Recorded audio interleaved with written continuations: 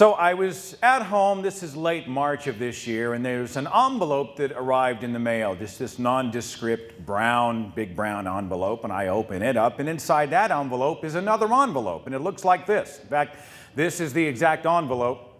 Now, this was addressed to me, but there was no return address. It was dated, post-dated, the year 2000, and it was postmarked England. And I thought to myself, wait a minute.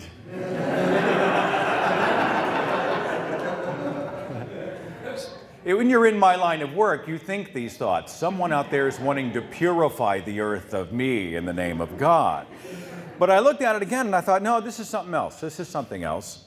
So I carefully opened up the envelope and I discovered there was a typed letter and some other papers inside. And I want to read part of the letter for you today. It said this: "It grieves me when any institution uses its power to ban or censor works of art or literature, and we've dedicated ourselves to the preservation of that which would otherwise be destroyed in the name of morality or taste or political views or religious beliefs." This is vaguely reminiscent of those spam emails that we get. This is right before they ask us for our personal banking account information.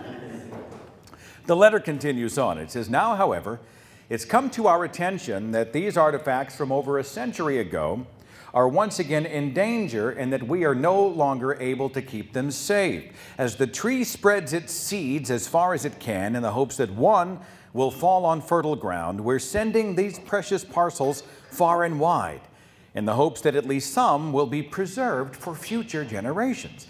Now, there were some older looking pieces of paper in the envelope. Here's two of the four. Random pages from various acts of a play called The King in Yellow. An earnest exchange between these characters. "His tattered form haunts my dreams," she says. "I walk my halls, and at all times some small part seeks him out." It's all very lofty and mysterious. And the letter itself ended with these words: "Please keep this safe. You will hold in your hands a piece of history, and it will be your task to show it to the future. You have our thanks." And the letter is not signed. Now, I'm thinking what many of you people are thinking. I'm thinking,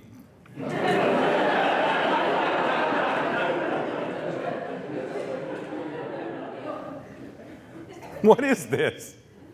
What have I received in my mailbox? I showed it to Natalie. I stared at the pages. I agonized over this for hours. I was just puzzled and perplexed. The post date from 2000, it's from England, it's unsigned. What is this thing? Hours passed, no idea. It was just driving me nuts. And then it occurred to me. Someone I know and someone who knows me is behind this. And then I realized I know who is behind this. Which brings me to the second part of my story. I met my best friend, Corey, back in 1984 in high school. He was a junior, I was a sophomore at Eastwood Baptist High School. And we are two people who met and just hit it off. You ever meet those people in your lives where you just connect?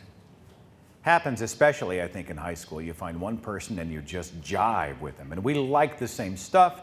We both love to write. We both love to read. We both love, these classic 80s and 90s horror films like From Beyond and Reanimator. We loved Bloom County and Calvin and Hobbes. We loved playing video games, which in the late 80s and early 90s had their own special charm. Anybody remember the classic Commodore 64 game, Archon?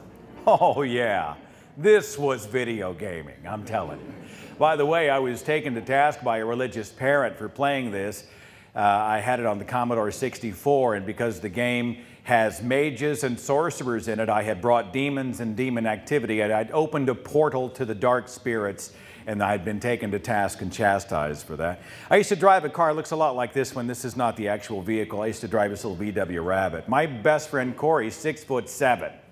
We'd cram his ass in the passenger seat of this car. We'd go out and do all the stuff that friends do. We were pals for a lot of years. Corey was always welcome in my home. My folks loved Corey. He was a member of the family. He was always welcome. Until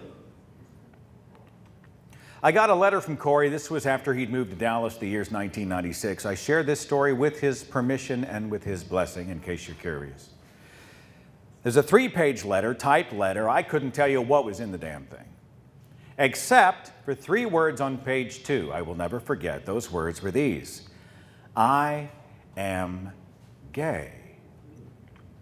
Now, this is a secret that he had kept really, really well. I had no clue.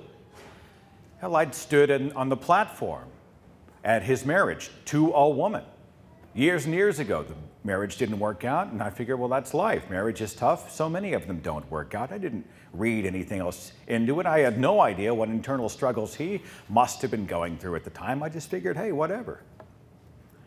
Marriage is hard. Many of them don't work out, right? Now, I was heavily immersed in Christianity, and what I'd been taught was biblical marriage, one man, one woman. And the models of human sexuality, intimacy, relationships, and attraction had mostly only dealt with the plumbing. This is normally how Christians deal with sex, isn't it? And I was this guy. God created Adam and Eve, not Adam and Steve. I'm so embarrassed to admit to you, I was this guy. I would speak about these complex issues in bumper stickers.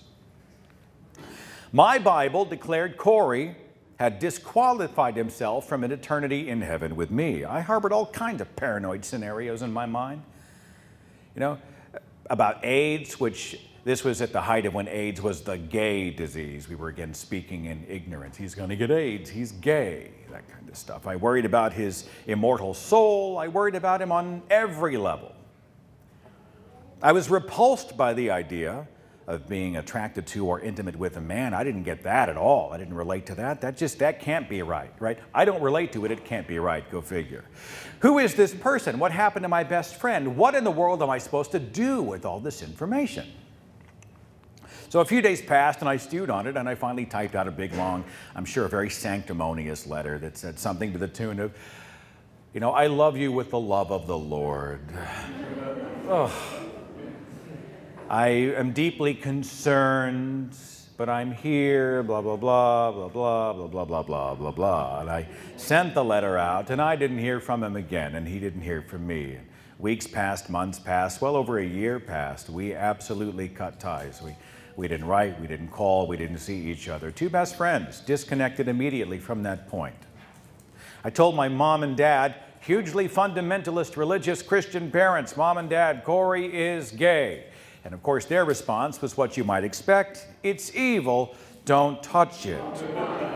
Right? They came from the pray you're gay away sort of school of thought. Homosexuality is a condition, right? It's a condition, a disease of the soul, a perversion of God's master plan. That's what being gay is. Above all, it's a choice.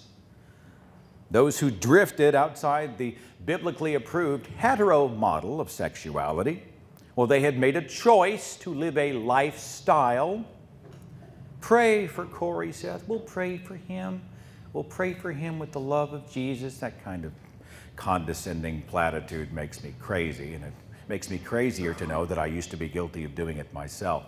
Pray for Corey, but more importantly, I hope you're not spending any time with Corey. Like he was going to infect me with gay. In other words, regarding our decade-long friendship, I should nuke it from orbit. It's the only way to be sure. And if you know what this pop culture reference is from, kudos to you. Right? He's doing things with men. What's next? Animals? This is always the argument I hear. What's next? Animals? Dogs and cats? What's this world coming to? Now, my parents...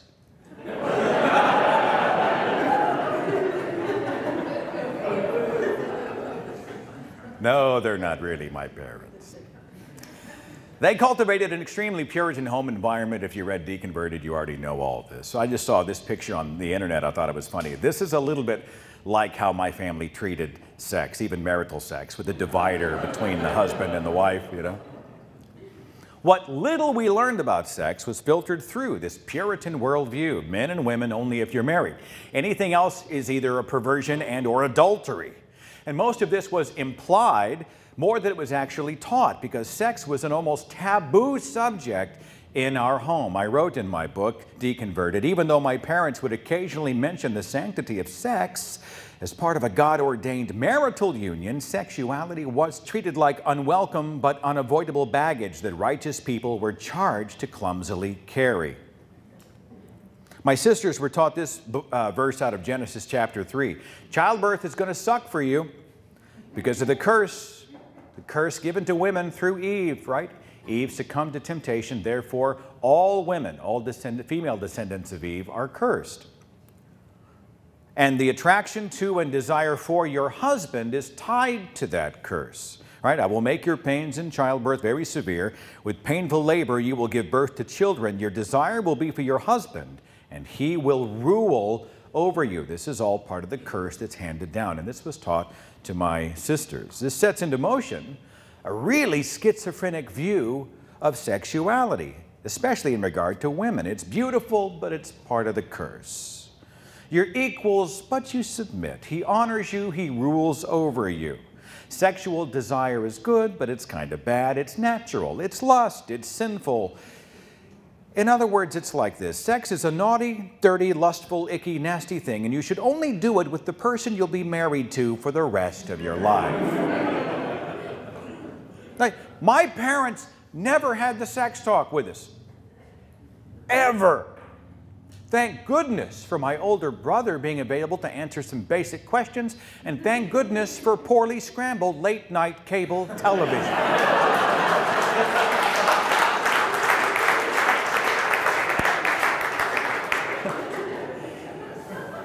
Oh.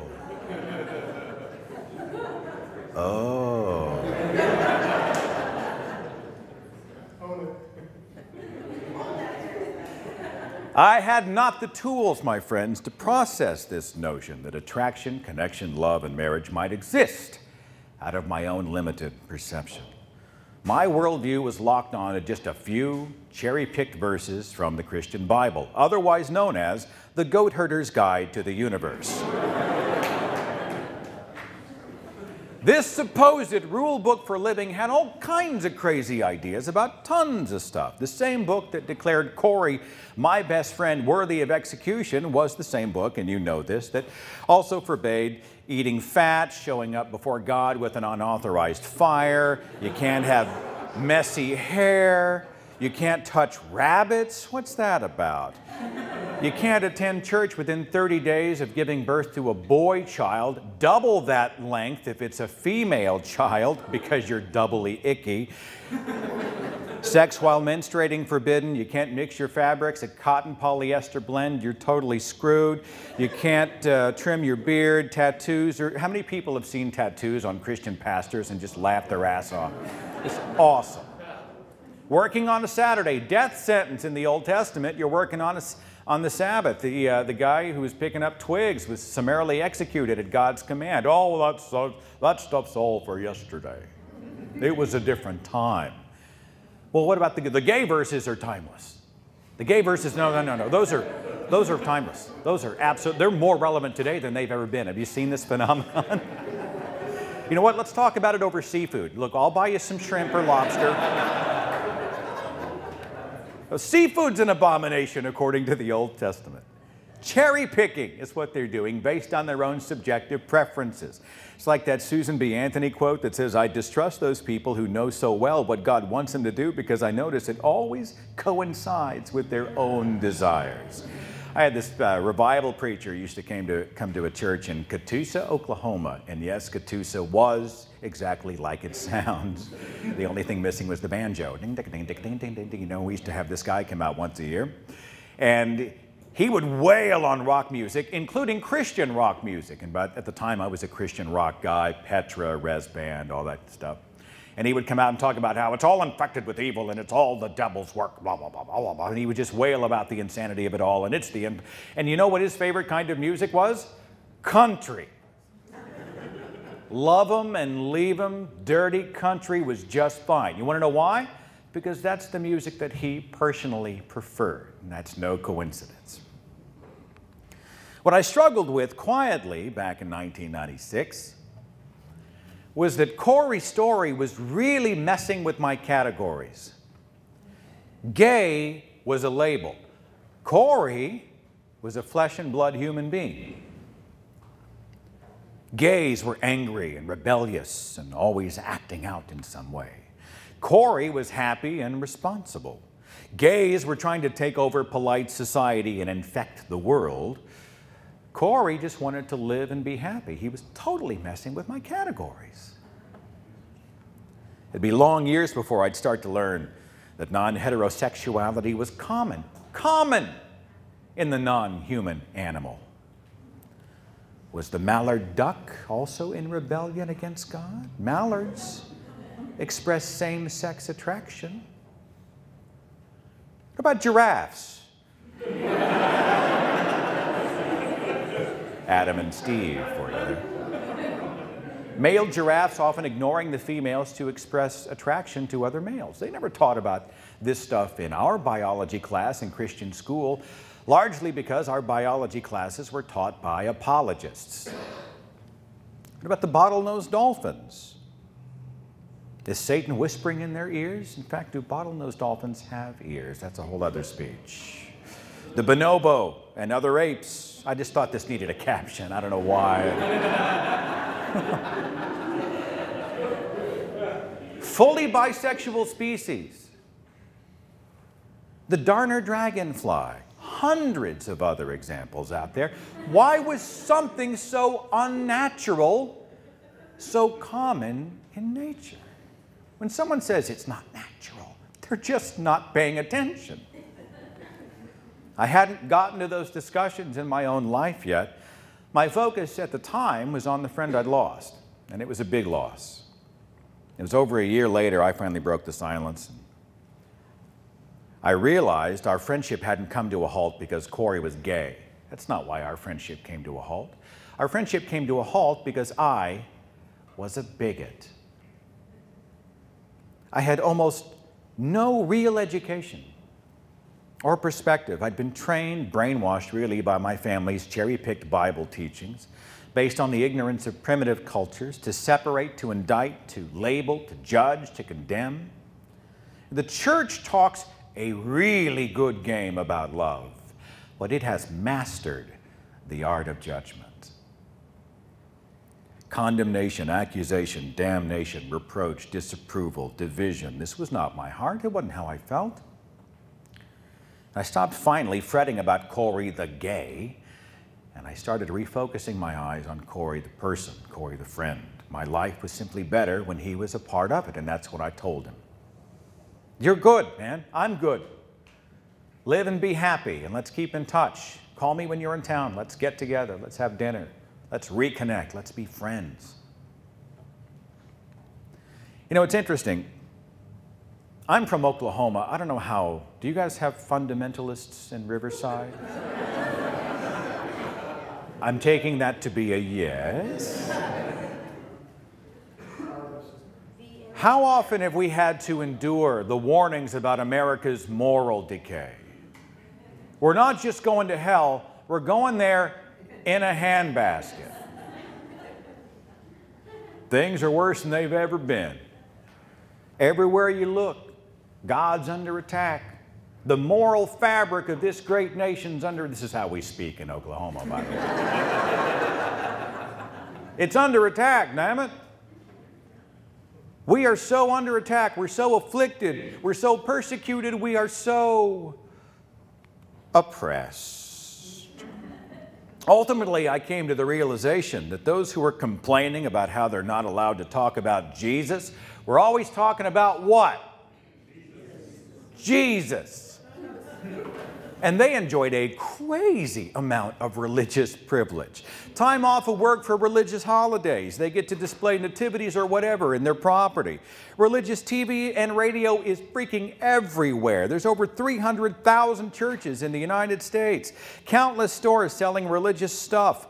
Worshiping freely any day, any time, any way they want. You can put a bumper sticker on your car. You can wear crosses around your neck. There's a real good chance your elected official has your religious belief. Christian schools and Christian homeschools, perfectly protected by the Constitution. You can evangelize, you can take mission trips, you can make converts. Oaths are sworn in court on the Bible. There's a Bible in most hotel rooms. Try that with any other religion or Dawkins' The God Delusion. No, I don't think so, but the Bible is perfectly fine. Plus the freedom to write and produce Christian-themed material. The freedom to be Christian and to celebrate and worship Jesus is everywhere. It's the month of September. You and I are already bracing ourselves. We're bracing ourselves for the war on Christmas. It's coming. It's coming. Right?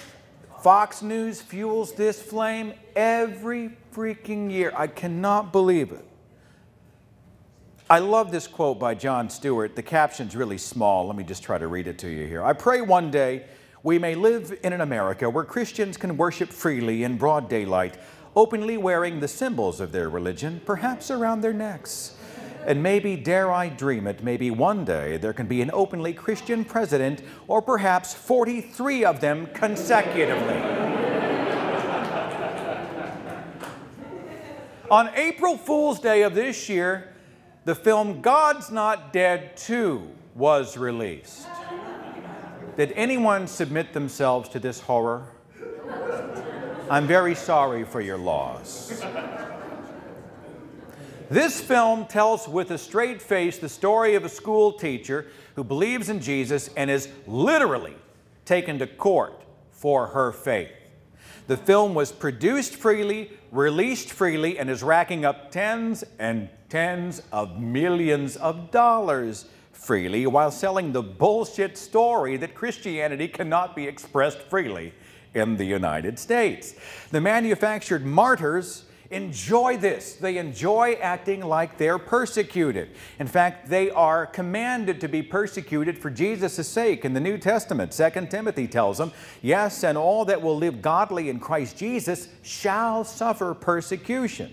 It's a requirement for the believer to take up your cross. If you're not being persecuted for your faith, if you're not under attack, if things are too comfortable, you must be doing it wrong. You must be more like Jesus, which requires you to be martyred or persecuted for your faith. And when it doesn't really exist, the persecution's not there, what do? You make it up out of whole cloth. Here's a great example. This guy's name is Pastor Glenn Barrett. You've met, I see. Pastor Glenn Barrett is the pastor of Audacious Church, big mega church. And so he tells this story that was released on God TV on video, this little clip before it was pulled, where he told his adoring congregation about the time that he, as a believer, was invited by Cambridge by the Atheistic Society. Does that name seem a little odd to you guys for a group at Cambridge? Doesn't ring true. The Atheistic Society invited him to participate against a believer in a debate called God Does Not Exist. I believe that's what it was. The debate topic didn't ring true either. Doesn't sound like a debate topic that you and I have seen. So according to his story, he goes to Cambridge and he takes the stage in front of 800 to 1,000 booing and hissing atheists. Now, 800 atheists in the audience. Keeping in mind the American Atheist National Convention usually attracts about 1,000 people nationwide. Those numbers don't really add up either. He takes the stage, essentially he does the argument from ignorance or the God of the gaps. What's the length of the stuff? We don't know. Could my God exist in that space? Therefore, my God exists. I hope you come to know Jesus. And he tells the story to his adoring Audacious Church congregation, and they applaud him. They lap it up. He's been persecuted in Jesus' name. Those nasty, icky atheists were booing him and hissing him as he took the stage. How many people here have either been to or watched online a debate between an atheist and a religious person? Let me see a show of hands. Okay, quite a few of you. I've seen quite a few myself. Have any of you ever seen an apologist or a God believer like William Lane Craig debating Lawrence Krauss, or John Lennox debating Richard Dawkins, or when Hitch debated Shmuley Boteach? Have you seen any debate anywhere where when the religious person took the podium, you heard boo, hiss, hiss from the audience? Anybody heard that? Doesn't ring true. I mean, when he described the atheist in his story, the only thing was a visual description, something like this. Angus Scrimm from the classic horror film Phantasm is kind of what I'd pictured in my mind. But one of my listeners did some homework and they followed up with Cambridge, the Cambridge University Atheist and Agnostic Society. And they said, hey, I'm curious about this story, man. I want to find out about this debate. Is there video? Can we get some details? It'd be great to find out more. Cambridge responded and they said this, and I quote, "No, we did not invite him, and this event did not happen. We've never heard of him."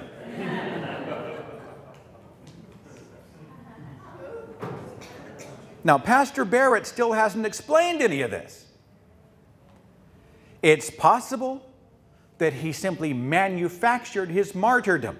He manufactured the persecution, and he told that story to a closed system of adoring believers who have, let's face it, not been brought up in a culture that encourages fact-checking.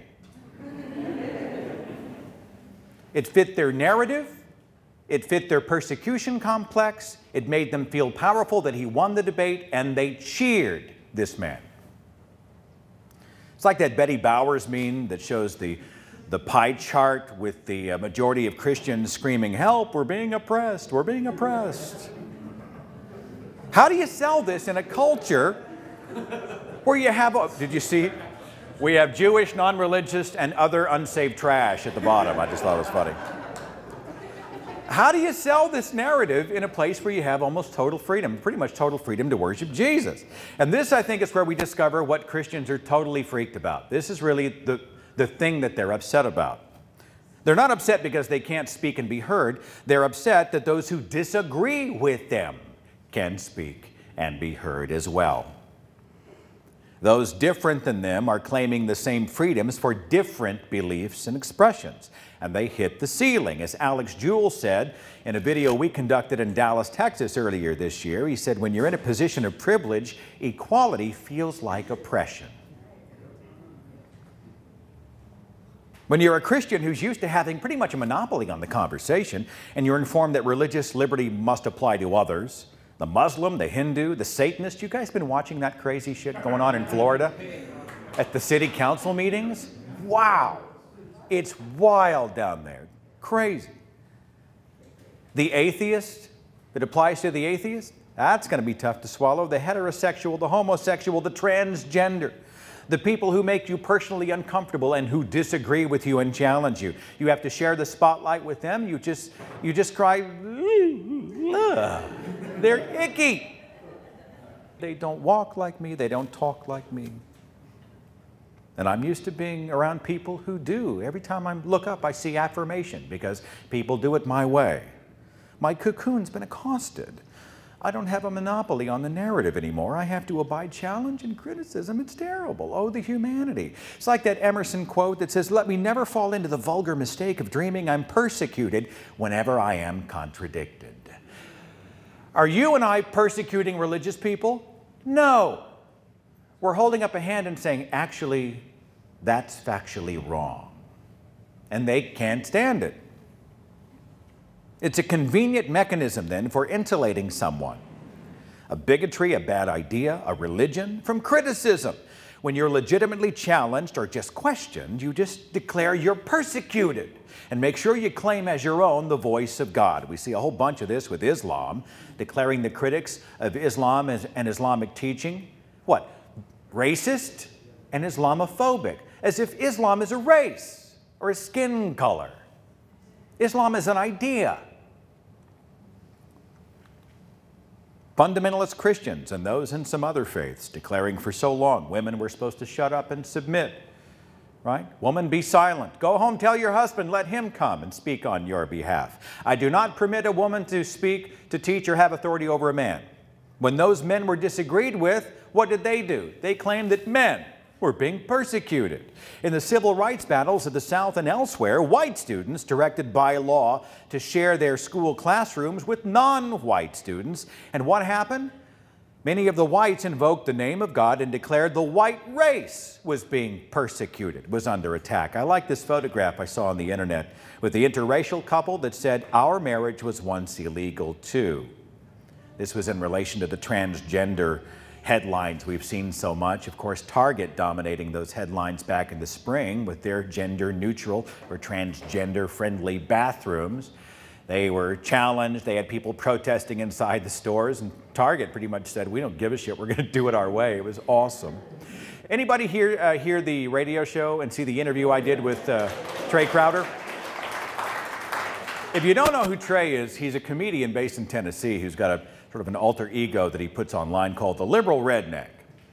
And he's a progressive, but he takes on bigotry and other issues with this redneck persona. If you have just a second, let me play just a clip that he produced months ago in regard to the transgender controversy. What's up, y'all? Liberal Redneck here. We gonna do it again. Fired up, son. I've been seeing all these Facebook posts about transgender bathrooms, and every one of them comes down to the same shit.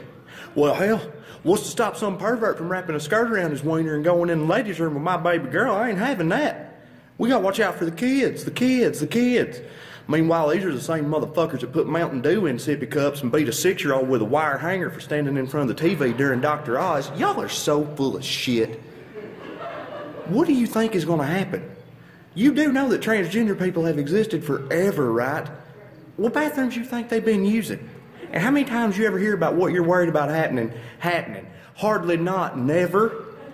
Because even people that are child molesters are not going to prey on a kid in broad daylight, in public, especially not with their mouth-breathing troglodyte daddy 12 feet outside the door just dying to punch something different. It don't make no sense. And what about little boys? The vast majority of people that prey on little boys are adult males. This law don't affect them one way or the other. So unless you're also suggesting that we have separate bathrooms for Catholic priests, I think you need to cut the shit. Quit being a pussy and say what you mean. You're freaked out. The thought of a man wanting to be a woman disgusts you. Because like most things that disgust you, you lack the capacity to understand it. You know, homos, algebra, shit like that. And y'all ain't gonna change. I realize that now. But that's okay. Because the rest of us are trying to ensure that the next generation, you know, your kids, grow up in a world that's a little more open-minded. And that's happening whether you like it or not. Bye.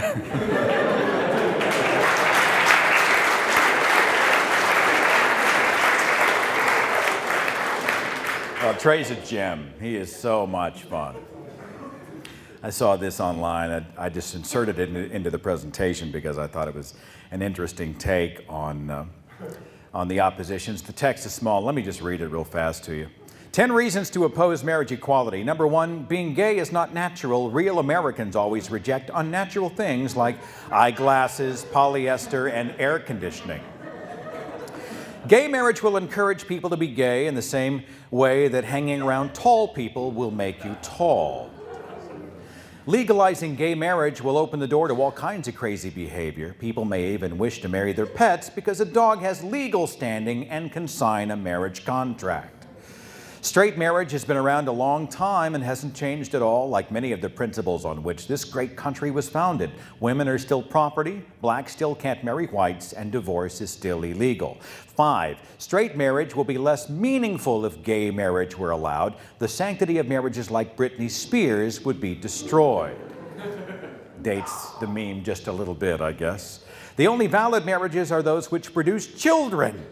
Gay couples, infertile couples, and old people shouldn't be allowed to marry because our orphanages aren't full yet and the world needs more children. Number 7, obviously gay parents will raise gay children since straight parents only raise straight children.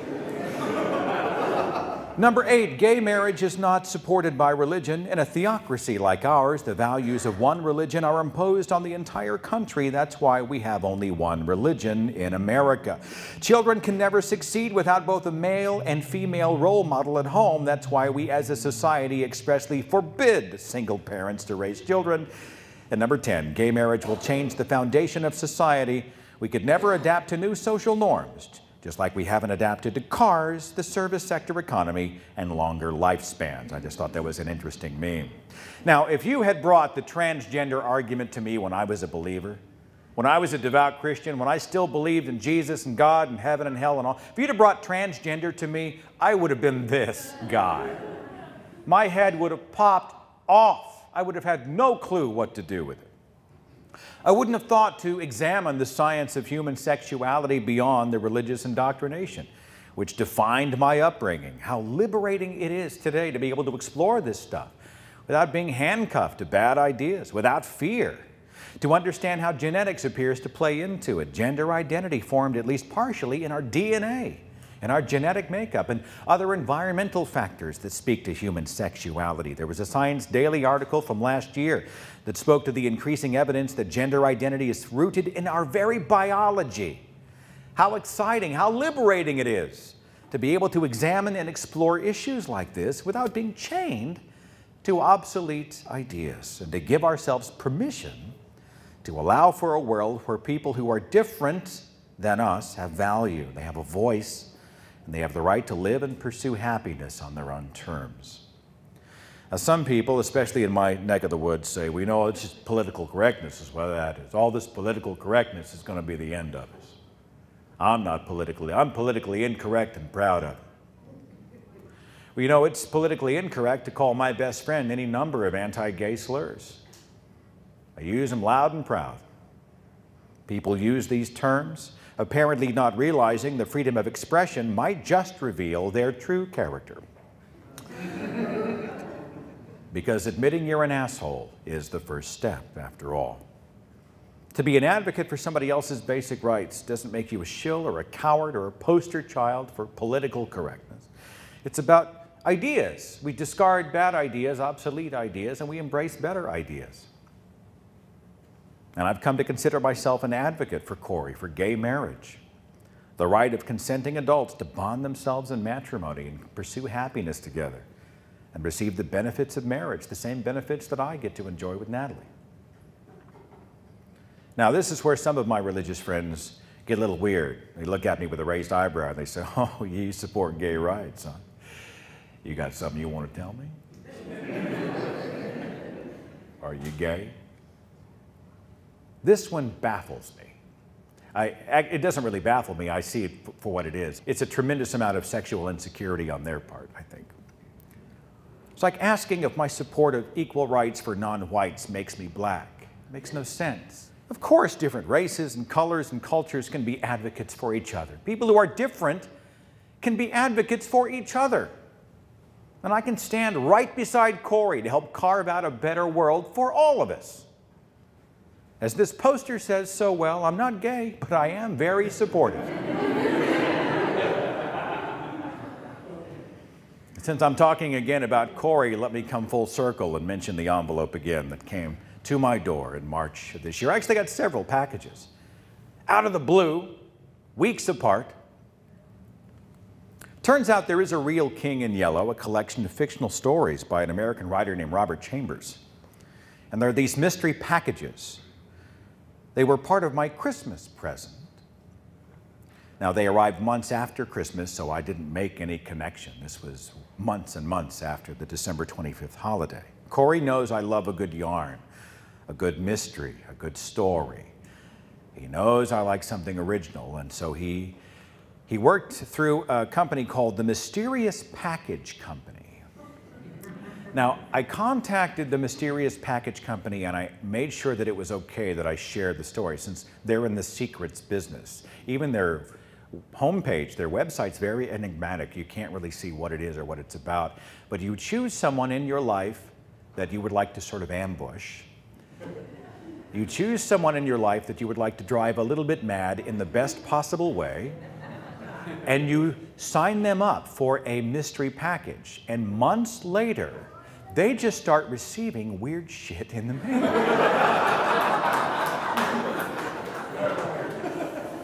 Your name isn't on it. There's no other clue. They just start receiving it. And it becomes this thing where you are watching with amusement and great joy from afar while your friend is going batshit crazy trying to figure out what is in my mailbox. Check this out. This was the last package I got. It was a box that was nailed shut. I had to open it with a crowbar. And inside was this sort of Death Eater looking statue, very cryptic looking, you know, very Lord of the Rings looking. And it's on display in my office. And of course, when I realized who had sent this, who was behind this, I called him up, and we had one of the best laughs we have had in the 30 years we've known each other. This is one of the most awesome things ever. How did you come up with this? And he's laughing, and we're talking about how he set it up, and I'm reading him the letters that I'd gotten in the mail, and I'm taking phone photographs of the stat. And I'm like, you should see what I got. This is crazy. This is the best gift ever. We were having a moment. We were having this great memory, an experience that wouldn't have existed had I cut him off back in 1996 because I was too bigoted to see Corey the friend. Because I was too chained to obsolete ideas, because I was more in love with my dogma than I was with someone who'd been such a good person in my life. How much would I have missed? How much would I have missed if I hadn't written that other letter that said, hey man, you're good. I'm good. It's all good. You know, I've missed you. Let's hang out. If we hadn't had the decades since then to be able to be best friends, which we remain today. I produced a video called Something Beautiful. It is available on YouTube if you'd like to watch it after this, but I'm going to show it for you tonight. It's funny, I had this thing's been going on kind of under the surface for me. This whole idea of religiously motivated bigotry, just bigotry in general, just rejecting people for differences, the double standards, the hypocrisy. And I'd written the script out, but when I wrote it out, I'm a voiceover guy, so normally I voice my own stuff, but I didn't hear my own voice in it. I heard somebody else's. It was just in my head, I thought, wouldn't it be great if this guy would do this? And I contacted my buddy, maybe you've heard of Nathan Phelps, the son of Fred Phelps, the founder of Westboro Baptist Church. Nathan escaped at midnight on his 18th birthday, burst through the door, and he never came back. And he has been a human rights advocate in his own life for literally decades, and he's a dear friend. I said, look, Nate, I got this idea for a project. Would you narrate this sucker for me? And he read this script, and he's like, I'm in.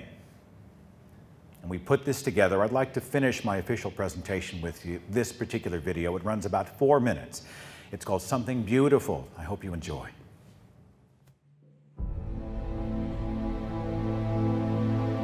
Why are we so quick to see the ugly when we stand before the beautiful?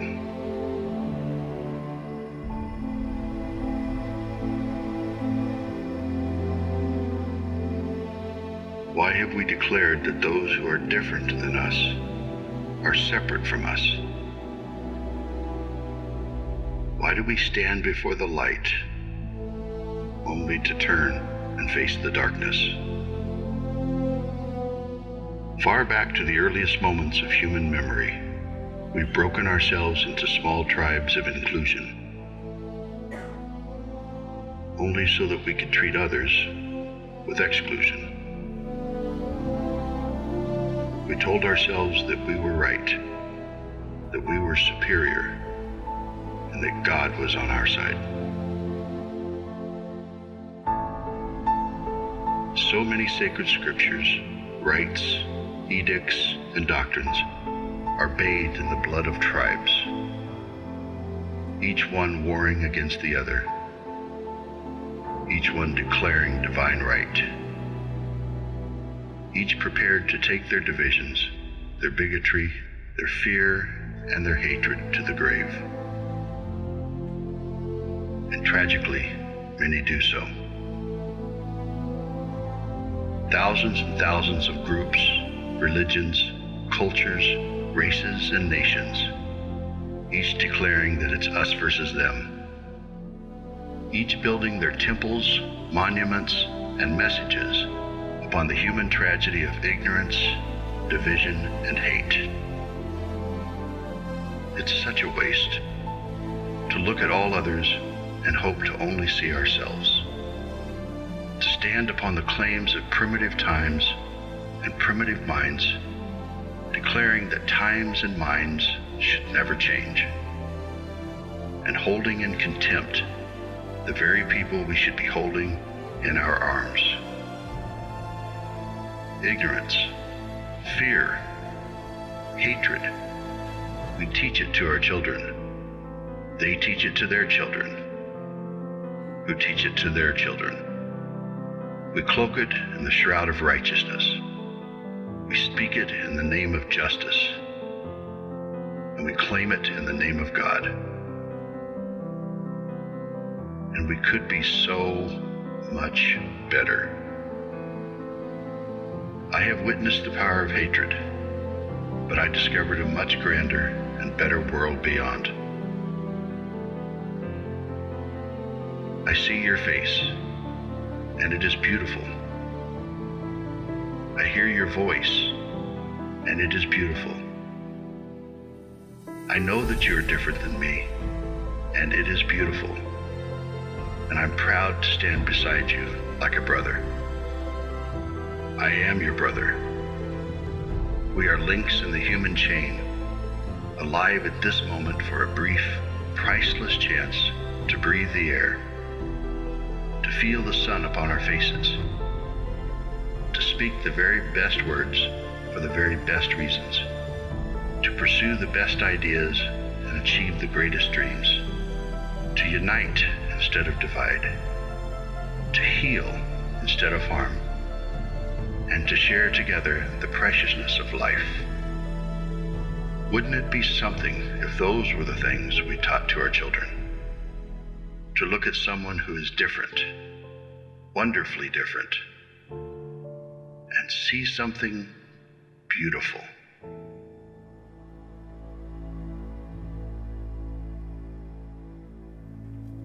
Thank you all very, very much.